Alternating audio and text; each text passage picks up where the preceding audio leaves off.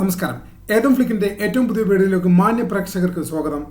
ഇന്ന് നമ്മൾ നോക്കാൻ പോകുന്നത് മമ്മൂട്ടി, മോഹൻലാൽ എന്നീ മലയാളത്തിലെ രണ്ട് സ്റ്റാറുകളെ വെച്ചുള്ള ഒരു കമ്പാരിസൺ ആണ്.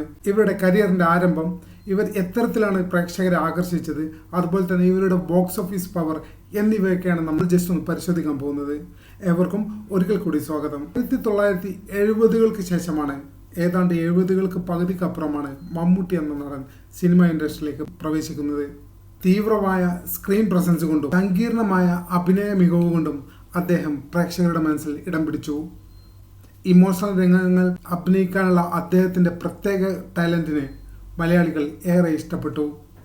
പതിയെ പതിയെ അദ്ദേഹം ഓരോ മലയാളിയുടെയും പ്രിയപ്പെട്ട നടനായി മാറി.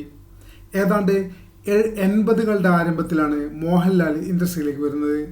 സ്വാഭാവികമായ അഭിനയമാണ് അദ്ദേഹത്തിന് കൈമുതലായിട്ടുള്ളത്. ആക്ഷൻ, ഡ്രാമ, കോമഡി എന്നീ രംഗങ്ങളുടെ പതിയെ അദ്ദേഹം കേരളത്തിലെ ഓരോ മലയാളിയുടെയും മനസ്സിൽ ഇടം നേടുകയായിരുന്നു.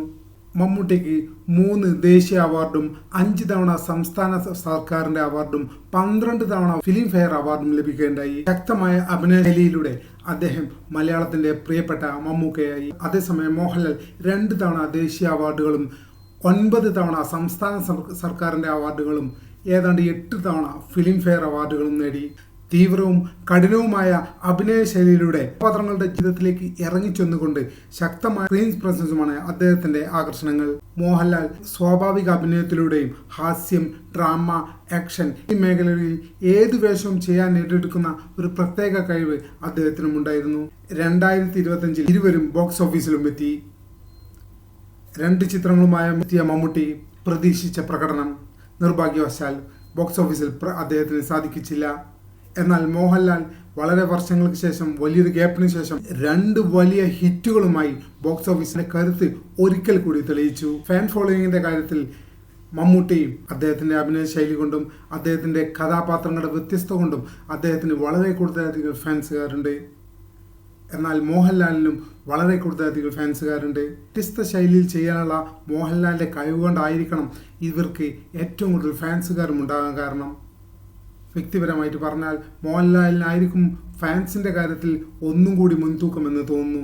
മാത്രമല്ല, മോഹൻലാൽ ഫാൻസുകാർ അദ്ദേഹത്തിന്റെ മിക്ക പടങ്ങളും തിയേറ്ററിൽ പോയി ആദ്യ ദിവസം തന്നെ കാണുന്നവരും സോഷ്യൽ മീഡിയയിലേക്കപ്പുറം ആളുകൾക്കിടയിൽ ഇറങ്ങി പ്രവർത്തിക്കുന്നവരുമാണ് എന്നൊരു പ്രത്യേകത കൂടിയുണ്ട്. മറ്റുള്ള താരങ്ങളെ ആക്ഷേപിക്കാതെ സോഷ്യൽ വർക്കിലും ചാരിറ്റി പ്രവർത്തനത്തിലും മോഹൻലാൽ ഫാൻസ് വളരെ സജീവമാണ്.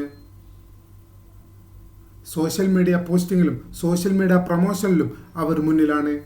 മറ്റുള്ള താരങ്ങളെയോ അഭിനേതാക്കളുടെ കുടുംബത്തെയോ അപമാനിക്കലോ തെറി പറയലോ അവർ പൊതുവെ അങ്ങനെ കണ്ടിട്ടില്ല. ചില സംഭവങ്ങളുണ്ട് താനും. മറ്റു ചില നടന്മാരുടെ ഫാൻസുകാർക്ക് ഇത് മാത്രമാണ് തൊഴിൽ. സിനിമ അവർ തിയേറ്ററിൽ പോയി കാണാറില്ല, ഒരു ഫാൻ ഷോ അവർ വെക്കാറില്ല, സിനിമയ്ക്ക് വേണ്ട പ്രൊമോഷൻ അവർ കൊടുക്കാറില്ല. അപ്പുറത്തുള്ള നടൻ്റെ കുടുംബത്തിനും ഭാര്യയ്ക്കും മക്കൾക്കും ഒക്കെ തെറി പറയലാണ് ഇക്കൂട്ടരുടെ പ്രധാന തൊഴിൽ എന്ന് എനിക്ക് തുറന്നു പറയേണ്ടി വന്നതിൽ അതിയായ സങ്കടമുണ്ട്. പക്ഷേ നിങ്ങൾക്കെല്ലാം അറിയാം, സിനിമയുമായി ബന്ധപ്പെട്ട് സോഷ്യൽ മീഡിയയിൽ സജീവമായിട്ടുള്ള എല്ലാവർക്കും ഈ യാഥാർത്ഥ്യം അറിയാം.